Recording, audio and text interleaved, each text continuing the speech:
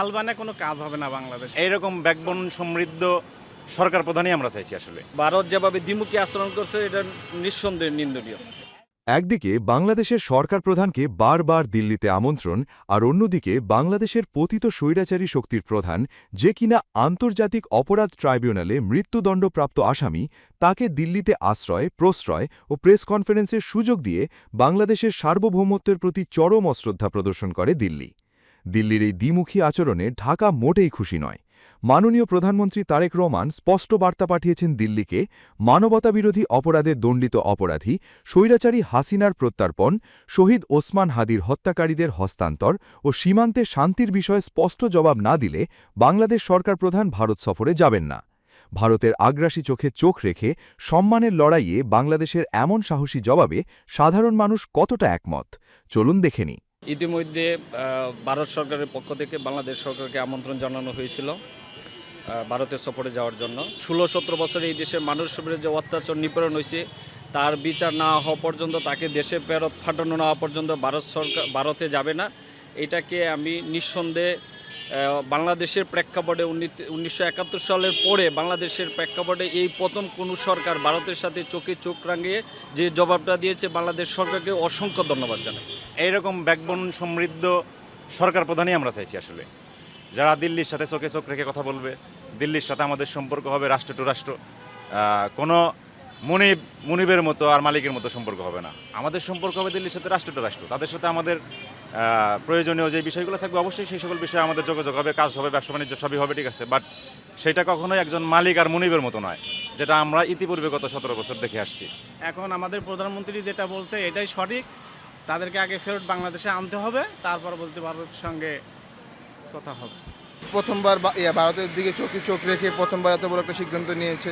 ধন্যবাদ জানাই প্রধানমন্ত্রীকে। প্রধানমন্ত্রী যেহেতু বন্দি বিনিময় চুক্তির মাধ্যমে খুনি হাসিনাকে চেয়েছে, তারা বাংলাদেশ চেয়েছে, সেই অনুযায়ী ভারত এটা কোনো পদক্ষেপ নিচ্ছে না। ভারত সরকার যেভাবে দ্বিমুখী আচরণ করছে এটা নিঃসন্দেহে নিন্দনীয় এবং আমরা বাংলাদেশের একজন নাগরিক হিসাবে, সচেতন নাগরিক হিসাবে এটা আমি তীব্র প্রতিবাদ জানাই। এটা আমি কখনো আপনার ভালো চোখে দেখব না, কারণ আমাদের দেশ একটা স্বাধীন সার্বভৌমত্ব দেশ। এই প্রেক্ষাপটে এই স্বাধীন দেশে একটা দেশের সাথে আরেকটা দেশের সম্পর্ক হবে সমঝোতার ভিত্তিতে, স্বার্থের ভিত্তিতে, দুই দেশের স্বার্থের ভিত্তিতে।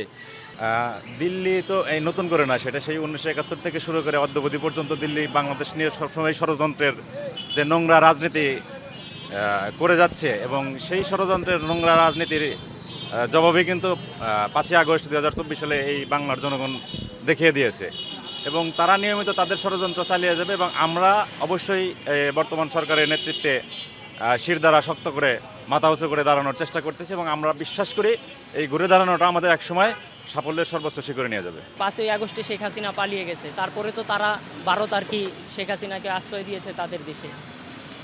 তো আমাদের দেশের যারা এতগুলো মানুষ প্রাণ দিল, শহীদ হলো, তো তাদের খুনিকে যদি তারা আশ্রয় দেয়, সেই ক্ষেত্রে তো তাদের সাথে কখনোই বন্ধুত্ব করা যায় না।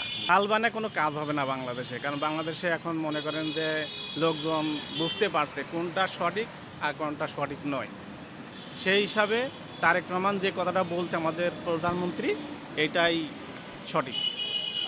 যেহেতু ভারত আমাদের দেশের একজন দণ্ডিত অপরাধী, উনি ভারতে অবস্থান করতেছে।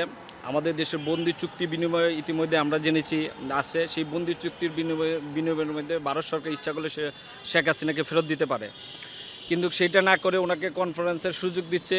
এটা আসলে কোনো মতে কাম্য না, এটা হতে পারে না। একটা স্বাধীন রাষ্ট্রের সাথে আরেকটা স্বাধীন রাষ্ট্রের সব গণতান্ত্রিক উপায়ে সব কিছু ব্যবস্থা থাকার পরেও ভারত যেভাবে দ্বিমুখী আচরণ করছে এটা নিঃসন্দেহে নিন্দনীয়। তারা যদি আমাদেরকে হ্যায় প্রতিপন্ন করে কোনো কথা বললে সেইটার জবাব আমরা শালীনতা বজায় রেখে সুন্দরভাবে সমুচিত জবাব দেওয়া হয়েছে। ইতিপূর্বে এইরকম বাংলাদেশকে নিয়ে কটাক্ষ করে দিল্লি থেকে যেই ধরনের বার্তা দেওয়া হইতো, সেই বার্তার কিন্তু মিনিমাম কোনো ধরনের কোনো প্রতিবাদ বা জবাব দেওয়া হইতো না। আর এখন সেটা কি হয়েছে যে আমরা আমাদেরকে নিয়ে কটাক্ষ করে ছোট করে কোনো কথা বললে আমাদের দেশের যারা দেশ পরিচালনার অংশীদার যারা, তারা সেটার সমুচিত জবাব দিচ্ছে মাত্র। কিন্তু আমরা কোনো উস্কানি দিচ্ছি না, আমাদের দেশ থেকে কেউ কোনো উস্কানি দিচ্ছে না, কেউ কোনো হামলার বা কোনো ধরনের আক্রমণের হুমকিও দিচ্ছে না। আমরা সেই আক্রমণ সহিংসতায় বিশ্বাস, কোনো বাঙালি সহিংসতায় বিশ্বাস করে না। তবে বাঙালির উপর কেউ যদি আক্রমণ করে সেটা প্রতিহতে বিশ্বাস করে, যেটা 1971 সালেও দেখিয়ে দিয়েছে। এর আগে ভারত বেশ কয়েকবার বাংলাদেশের সীমান্তে আক্রমণ করার চেষ্টা করছে, সেটা যদি আপনার এর আগে 2001 থেকে 6 বিএনপি গভর্নমেন্টের আমলে আপনার সীমান্ত যুদ্ধের কথা মনে করিয়ে দেওয়া যায়। এই বিশ্বে যত চাপ আছে এটা উপেক্ষা করে বাংলাদেশ যেভাবে আগায় যাচ্ছে এইভাবে আগায় যেতে হবে। দিল্লি না ঢাকা, সেই যে আমরা যে স্লোগান দিই সেই স্লোগান অনুযায়ী আমরা এগিয়ে যাব। আমাদের একটাই কথা, খুনি হাসিনাকে ফেরত দিতে হবে, আবার হাদির খুনিদেরকেও ফেরত দিতে হবে। বাংলাদেশ সরকার এবং বাংলাদেশ দেশের সার্বভৌমত্ব আগের চেয়ে অনেক বেশি স্ট্রংলি এবং ধীরে ধীরে বাংলাদেশ বিশ্বের দরবারে এভাবে মাথা উঁচু করে দাঁড়াবে, এটা আমরা প্রত্যাশা করি। যে 2008 টু 2024 এই আমলটায় আমাদেরকে নতজানু করে রাখছে ভারত সরকার। আমরা সমঝোতার ভিত্তিতে সমভিত্তিতে আমাদের স্বার্থের ভিত্তিতে কোনো কিছু পাই নাই। যে চুক্তিগুলো হয়েছে সব কিছু তাদের স্বার্থে হয়েছে, আমাদের সাথে কোনো চুক্তি হয় নাই। আর সেখান থেকে বেরিয়ে এসে এই প্রথম কোনো নির্বাচিত সরকার সে এরকম এই সফরে বা ওনাকে ফেরত না দিলে ওনারা যাবে না, যে সত্যটা দিয়েছে এটা নিঃসন্দেহে প্রশংসার দাবিদার। এবং একজন স্বাধীন রাষ্ট্র হিসেবে এটা করাই উচিত, চোখে চোখ রাঙিয়ে কথা বলা উচিত, স্বার্থের ভিত্তিতে কথা বলা উচিত, দুই দেশের স্বার্থের বিনিময়ে চলা উচিত, এটাই দরকার ছিল।